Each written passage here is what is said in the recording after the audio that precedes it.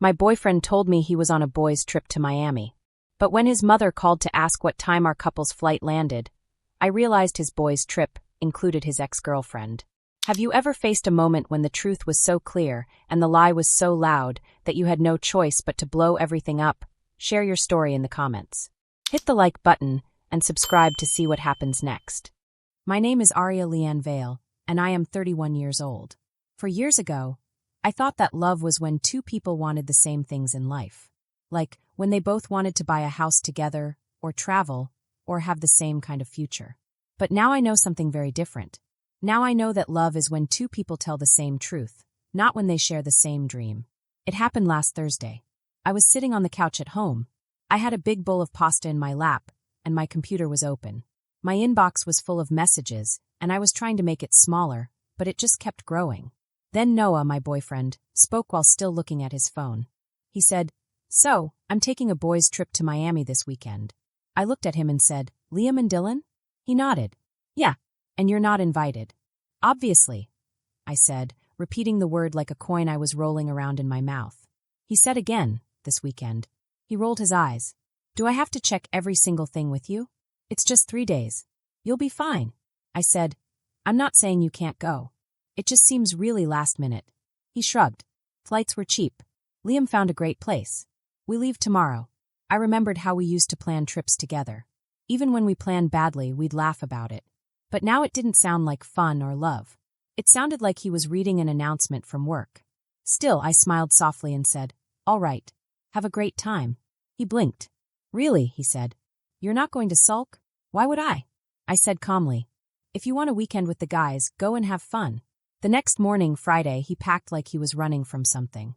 He stuffed 2 big suitcases for just a 3-day trip. He packed dress shirts, new loafers, and a fancy bottle of cologne. That was a lot of clothing for a trip that was supposed to be about board shorts and beers. When we reached the curb, he kissed me quickly, almost like he was late.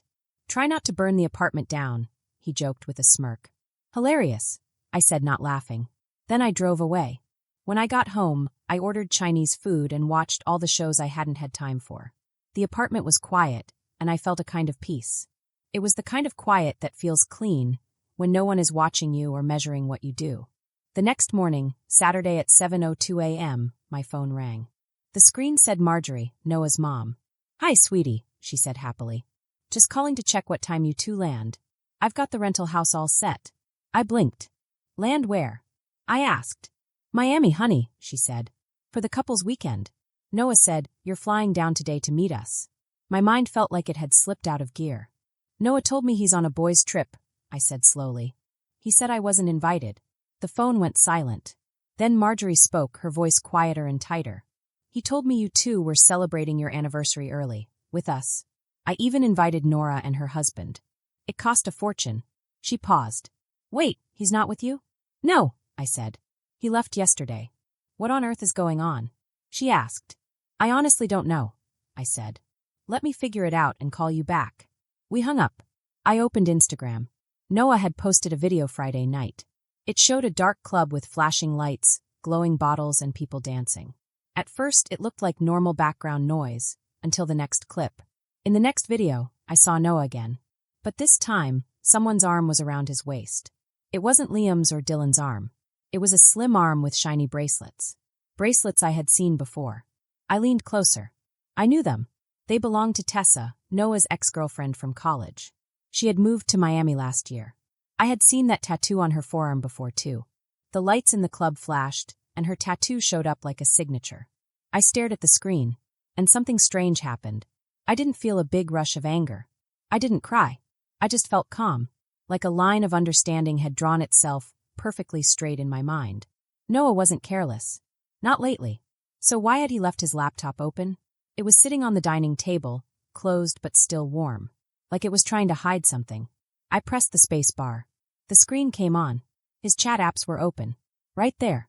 The main chat window said, Mia Boys plus plus ES. That name made me laugh a little. 6 people were in the chat, Noah, Liam, Dylan, Tessa, and 2 names I didn't know, Sophie and Isla. From the pictures, I guessed Sophie and Isla were Liam's and Dylan's girlfriends. So this wasn't just a boys' trip. I started scrolling. Sophie had written, Brad's driving separately, so we'll have a car. Dylan said, tables booked for Saturday. Rooftop, 10 p.m. Tessa wrote, Sunday beach party will be insane. Can't wait. Then Tessa said something that made my stomach twist. Noah told Arya it's just the guys. She believed it. Savage. Then Liam replied, what she doesn't know won't hurt her. Tessa wrote back, relax, we're just friends now. The chat went on for 3 weeks. There were hotel details, photos of clothes, and plans for fancy dinners. One picture showed Tessa's bracelets again with the caption, Miami uniform. I sat still. I didn't scream. I didn't throw anything. I just started taking screenshots. Every message. Every photo. Every little LOL. I saved them in a new folder on my computer. A tidy folder that looked like evidence for a court case. Then I called Marjorie again. So let me understand, she said, her voice turning colder. He told me you two were coming for a couple's weekend that I paid for. He told you it was a boys' trip. And he's actually in Miami with his ex-girlfriend. That's the gist of it, I said softly. That little. She stopped herself and took a breath. I paid $3,000 for that beach house. Invited the whole family. Her voice grew sharper. Send me the screenshots. You sure? I asked. They're a lot. Send them now, she said. So I did. 5 minutes later, my phone rang again. Her voice was quiet, hard as ice. I'm handling this, Marjorie said. Don't do anything yet. Let Mama work. I put my phone down and stared at the wall. Sunlight was beginning to brighten the room. 3 years ago, this would have destroyed me. Today, it made everything clear. I made coffee. I opened the windows. Cool, fresh air came in. Noah still hadn't texted me once. His silence was its own confession. By noon, my phone lit up again. It was Nora, his sister. What the hell is going on? She texted. Mom just posted screenshots in the family chat. Dad is livid. He's canceling Noah's cards. I replied, I'm sorry you're dealing with this. I didn't know until this morning. I turned my phone face down and went to the bedroom. Noah's things were still there. But they didn't look like him anymore. They looked like props from a play that had ended. I didn't touch anything. Not yet. I just made the bed instead. Tucked the sheets tightly. It felt good to make something neat again. By late afternoon, the storm had gone public. Marjorie posted on Instagram. It was a carousel of screenshots. Names hidden just enough to stay legal, but clear enough for everyone to know who she meant. Tessa's current boyfriend, Bennett, saw it and joined in. Bennett's Instagram looked clean and calm, like someone with a good, steady life. He posted his own set of pictures. Receipts, dinner bills, flight tickets, and Uber rides to clubs. They showed Tessa had been lying to him too. His caption said, to clarity. He even tagged Marjorie's post. Now the comments were wild. Friends from high school commented. People from Noah's work commented. Even cousins who never spoke much suddenly had a lot to say. It was like the whole internet had turned into a giant family argument. My phone buzzed again. It was Nora. Dad is beyond furious, she wrote. He canceled Noah's cards and told the bank to flag every use. He says he's done funding stupidity. I typed back, I'm sorry you're caught in the middle. This isn't your fault. She replied, I know. But I'm still so mad. If you need anything, I'm here. At 2:11 p.m., Noah called. I let it ring twice. Then I picked it up. His voice was angry and loud. What did you do? He shouted. Me, I said quietly. Your mom called this morning to ask what time we land, for the couple's weekend you told her we were taking. I sent her the truth. You went through my messages, he yelled. You invaded my privacy. You turned my own mother against me. I didn't turn anyone, I said softly. I just opened a window. The truth did the rest. This is insane, he shouted. You ruined my weekend. I thought it was a boys' trip, I said. Strange how Tessa's bracelets ended up in your stories. We're just friends. God, you're so insecure. I saw the chat, I said calmly. The one where you wrote, she bought it. Want me to read it to you? There was silence. Then click. He hung up. I put my phone in a drawer and looked in the mirror. I didn't look like a woman whose life had fallen apart. I looked like someone who had finally stopped pretending not to see. That evening, the apartment felt lighter. The air was soft, the city outside glowing with lights like little stars. Somewhere far away, a plane flew toward Miami. And somewhere down there, Noah was learning what happens when lies meet daylight. Inside, I opened my calendar, flipped to Monday, and wrote one small line. Call a locksmith. Then I closed the laptop, the window, and the day. I didn't need to make a scene. The truth was already loud enough. My mom posted everything. Everything. Your mom posted the truth. I said I gave her proof because she asked me to. You made me feel bad. You made yourself feel bad too. I said I just stopped holding the curtain. You are so dramatic. This was just supposed to be a little trip, Celine. 3 days, that's all. It was a lie, I said. It was really 3 weeks long. Then there was silence. And then came the change, fast, like someone turning on their heels during a dance. I'm flying home tonight, she said. We will talk about this like adults. Fly safe, I said and hung up the phone. Then I stood in the quiet for a moment. The kind of quiet that sounds heavy and brave at the same time. I went to my computer and started ordering moving supplies, boxes, tape, markers, and things to help me pack. I did it quickly, like someone who had saved herself before. I got used boxes from the store on the corner. I brought them home and stacked them in the living room. Then I took a marker and wrote labels on each one: jackets, gym gear, bathroom, and one called miscellaneous. I folded his clothes carefully, even though they weren't mine anymore. I did it because who I am, someone kind and neat, doesn't need to change just because of who he was. At 4 p.m., the phone rang. It was Graham, Noah's dad. His voice sounded strong and kind, like a man who builds things with his hands and doesn't blame his tools. Celine, he said, I'm here. You don't deserve this. You never did. I know, I said quietly. The lease is in my name only. Yes, he said. You should change the locks. Do it first thing Monday. If you need help paying for it, I'll cover it. I can pay, I said. I insist, he said. And I heard the words behind his words. This is me trying to do something I can live with. Text me the bill, he said. Okay, I replied. Then he paused and said softly, I'm sorry my son made you go through all this. You shouldn't have needed to be this strong. Thank you, I said, because forgiveness is easier when someone says sorry first. That evening, Noah came back from the airport. At 7:48 p.m., his name lit up my phone. I didn't answer. I sent one text, not tonight. Then I put my phone in a drawer, like a misbehaving child who needed a timeout. But he came anyway. There was a knock at the door, a familiar knock that used to make me happy. Now it just made my heart beat fast. I looked through the peephole. Same face, same jaw, same way of standing, but new anger in his eyes. He held his suitcase like a weapon he didn't know how to use. Open up, he said too loudly. I opened the door just a little. The chain is still locked. It's late, I said. We need to talk, he said. We will, I said. Tomorrow, when I can listen without wasting my time. He laughed, but it wasn't funny. You're unbelievable. You've said that before, I said. Then I closed the door, softly enough to be polite, firmly enough to show I meant it. He cursed loudly. Something hit the door, maybe his hand, maybe his pride. I turned on the kettle and made tea. I was not going to act scared for a man who made bad choices and called them mistakes. That night, I slept better than I had in months. The next morning, the sun came in bright and golden, like a warm promise that I would be okay. At 8 a.m., the locksmith arrived. He came in a white van full of tools that could end things that needed to end. He changed the locks on my door. Click, clack, thanks. Each sound felt like a period at the end of a long sentence. He gave me 2 new keys. One for now, one extra, he said. I took both. At 1:17 p.m., Noah texted me. I'm on my way. We're fixing this. I typed back. Your boxes are packed. Tell me a time to pick them up. I'll leave them outside the door. Stop playing, he said. Not playing, I replied. 6 minutes later, the pounding started. Arya, he shouted. My key's not working. That's because I changed the locks, I said calmly. You can't do that. I can, I said, walking to the kitchen. The lease is in my name. The police will tell you the same. I'm calling them. Okay, I said. He did. And I did too.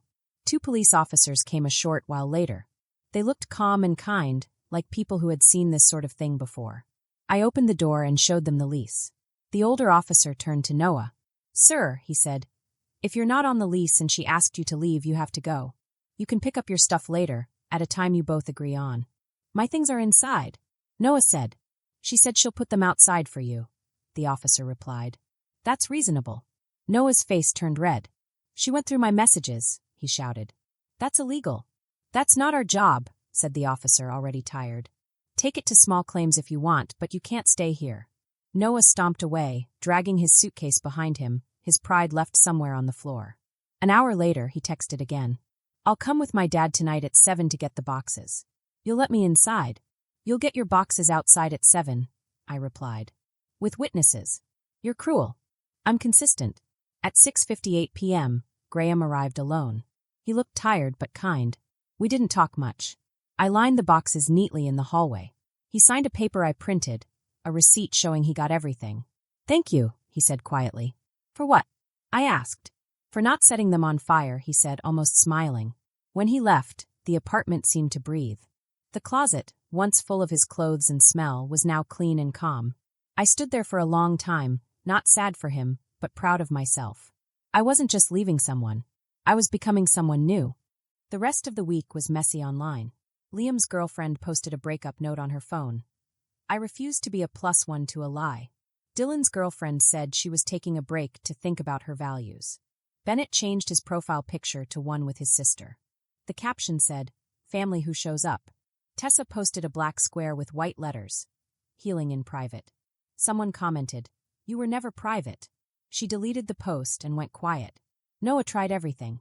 He texted angry things. He texted sad things. He texted love words and sorry words. We're better than this. I made a mistake. You know I love you. This is too much. You're throwing away for years. I didn't reply.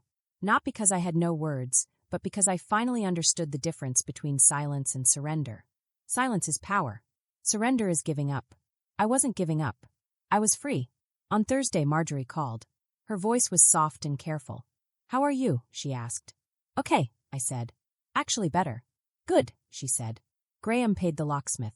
And we told Noah no more credit cards, no more help. He has to be an adult now. "I appreciate you telling me," I said. "I appreciate you showing me the truth," she said. Then she added softly, "I always liked how you set a table. I wanted you to know that it wasn't wasted." After we hung up, I lit a candle and made pasta. The kind with lots of garlic, the kind that tells the whole building someone's cooking. I ate at the table I bought myself, in the home I paid for, with the peace I earned. The fork felt light in my hand. The window let the evening air come in gently. My phone stayed quiet because I told it to. The next morning, I made an appointment with a therapist. Her office had so many green plants they looked like they owned the place. Then I texted Theo. "That new ramen place still calling your name?" He replied fast. "It won't stop." "Friday," I wrote. "Friday," he answered. And in that moment, something in the room felt balanced again, like a picture frame finally straight on the wall. People think closure means big endings. Police at the door, locks changing, mothers posting truths online. But sometimes closure is small. A door clicking shut. A box being taped closed. A sentence ending with a period instead of a swirl. That night, I washed the dishes, dried my hands on the towel I chose, and stood in my quiet kitchen. I listened. There was no yelling, no crying, no noise I had to fix. Just peace. By Friday, the Miami boys' trip, everyone talked about online, had turned into a joke. Their group chats fell apart. Screenshots of lies spread everywhere. Liam and Dylan's girlfriends, Sophie and Isla, had seen enough. They broke up too. Isla posted one sentence. "If you have to hide it, it's not friendship." She tagged them all, Noah included. By Saturday, I stopped checking the drama. But the news found me anyway. Nora texted. "Mom says Noah moved in with Tessa. They're staying at her sister's apartment. 1 bedroom, 2 cats, no air conditioning." I smiled into my coffee. Karma, I thought, has both good timing and a good sense of humor. Later that day, Marjorie called again. Her voice was tired but gentle. "Sweetheart," she said, "Graham and I told Noah we're done helping him.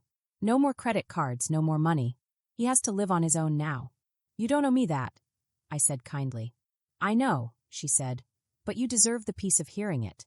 When I hung up, I felt something deep inside me loosen, like a knot untied after a long time.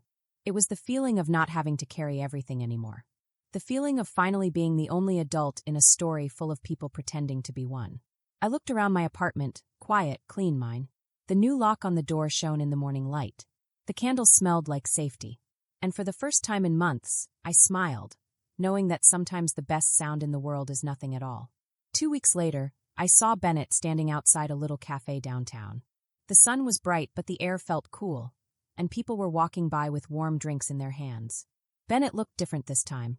He looked lighter, like someone who had been carrying a big, heavy bag and finally put it down. "I heard they're living together now," he said. "Is that going okay?" I asked.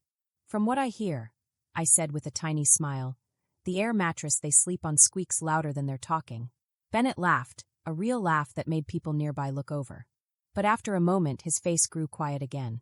You handled everything better than anyone I know, he said softly. No, I said, stirring my coffee slowly. I just stopped playing a game where the rules kept changing. He nodded like he understood. That's fair, he said. Oh, and by the way, Tessa got fired last week. Fired? I asked, surprised. He grinned a little. Yeah.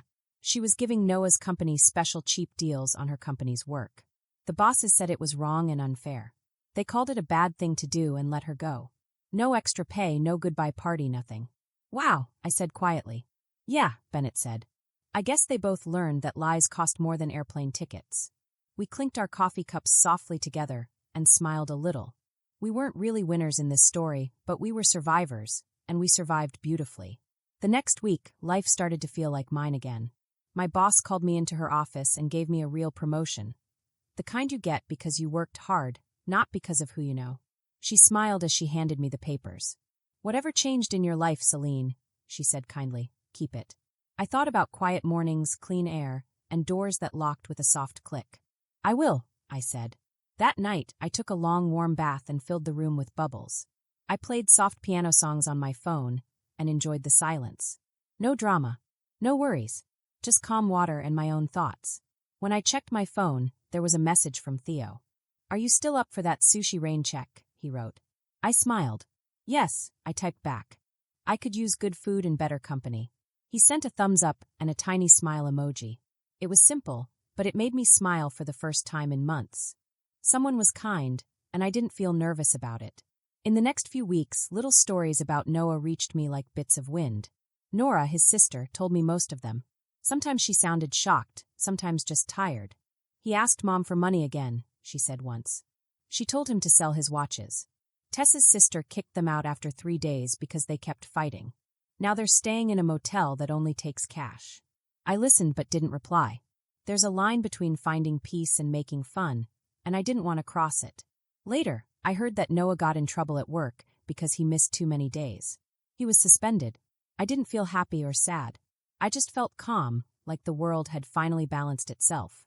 He used to treat the truth like it didn't matter. Now the truth had come back for him. Meanwhile, my own life was moving quietly, gently. Theo and I took things slow. We went to dinner once a week, and we took walks on Sundays. We kept it simple, nothing that felt heavy. He was steady where Noah had been loud, curious where Noah had been defensive. He listened when I talked. One evening, after a peaceful dinner, Theo walked me to my car. The air smelled like rain. You seem like someone who doesn't need saving, he said. I used to wait for someone to save me, I told him. Then I learned to do it myself. He smiled softly. Good, he said. Because I don't want to rescue you. I just want to walk beside you. I knew he meant it because he didn't rush to fill the quiet space between us. He just let it be. A month later, Nora called again. Her voice sounded full of gossip and surprise. You won't believe this, she said. Noah emailed Dad asking for help paying Tessa's credit card bills. Let me guess, I said. Your dad said no? He did, she said, laughing. He even sent the email to the whole family with the title, Learning Opportunity. I laughed too, a real deep laugh that surprised me. Your dad might be my favorite person now. Join the club, she said.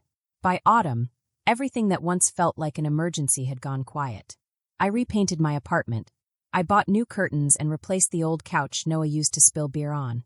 The rooms smelled like eucalyptus and clean air.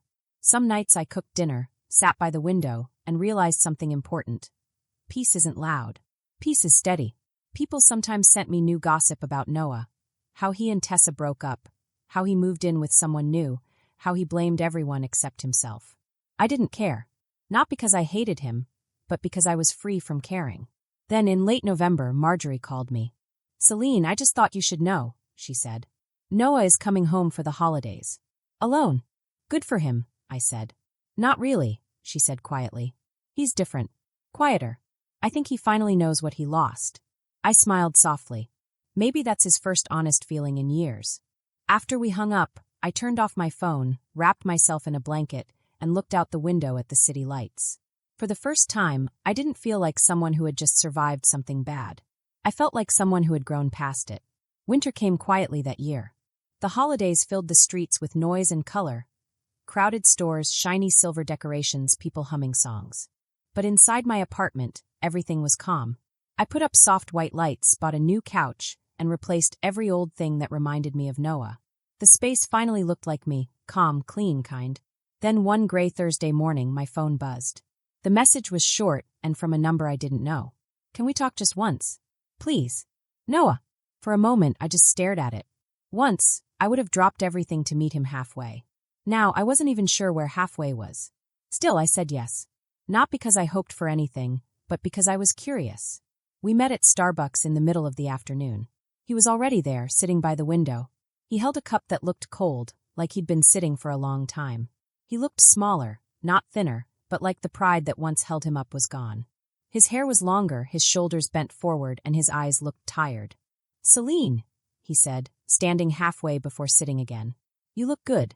"Thanks," I said politely. "You said you wanted to talk." He nodded and swallowed hard. "I messed up," he said. "I know that now." "Which part?" I asked softly. "All of it," he said with a weak laugh. "The lies, the trip, Tessa, everything. I was stupid." "Stupid as tripping over your shoes," I said quietly. "You planned what you did." He winced but didn't argue. "I thought I could fix it," he said after a while. "I thought if I came back and said sorry, maybe we could." "Noah," I said, cutting him off. "You didn't come back for me. You came back because everything else fell apart." He looked at me then, and for once there was no anger. Just sadness. "I know," he said finally. I miss what we had." "What we had," I said, "was trust. You burned that for a weekend in Miami." He looked down, tracing the sleeve on his coffee cup. "Tessa's gone," he said. "She left. Said she couldn't handle the pressure." "I don't blame her." "That's good," I said. "You two weren't honest with each other." "You were always better with words," he said. "No," I said. "I'm just better with silence now." He sighed. "I know I don't deserve another chance, but I had to ask. I can't sleep. I keep seeing your face that last day, like I was already gone." "You were," I said simply. He looked up quickly. "That's easy for you, huh?" "No," I said, steady and calm. "It wasn't easy. It was necessary." He swallowed. "I'm sorry." "I believe you," I said. "But I also believe that sorry can't rebuild what sorry destroyed." He nodded, eyes wet. For the first time in years, he didn't argue. He just sat there, a man finally understanding the difference between feeling bad and fixing something. After a long silence, he asked, "So that's it?" I smiled softly. "That's peace." I stood up, pushed back my chair, and left him sitting there with his cold coffee and unfinished apology. Outside, the winter air felt sharp and honest. I didn't rush. I walked slowly, breathing deeply. That evening, Theo texted me. "Are you free tonight? The bowling team is missing a player." "Sure," I replied. "But I'm terrible at bowling." "Perfect," he wrote. "We'll lose beautifully." So I went. For 2 hours, life was simple again. Music, laughter, bowling balls rolling down the lane, and the smell of fried food. Theo laughed every time I missed, and when I finally hit a strike, he threw his hands up like I'd just won a trophy. It was silly and wonderful. Later, while drinking milkshakes, he asked, "Do you ever think about him?" "Sometimes," I said, taking a slow sip. "But not with anger anymore. It's like remembering a storm. It was loud and scary, but it passed." He smiled. "You don't look like someone standing in the rain anymore." "Good," I said. "I like the sunlight better." Weeks turned into months. Noah never reached out again. Around Christmas, Marjorie sent me a small card with only my name on it. No return address. Inside, one neat line of handwriting said, "Thank you for teaching me that boundaries aren't mean. They're love in its most honest form." I pinned the card to my fridge. Not to brag, but to remember that even broken stories can give us something kind in the end. Now every morning feels calm and new. I make coffee. The sun shines through clean windows. The air feels soft. Peace doesn't need to be loud or shown off. It just needs to exist. If there's a lesson in all this, it's simple. When someone shows you who they really are, believe them the first time. And when someone tries to push your limits, don't lower them, make them stronger. Because peace isn't a prize you get after a fight. Peace is what you win when you choose yourself. I used to think love meant holding on. Now I know love means knowing when to let go.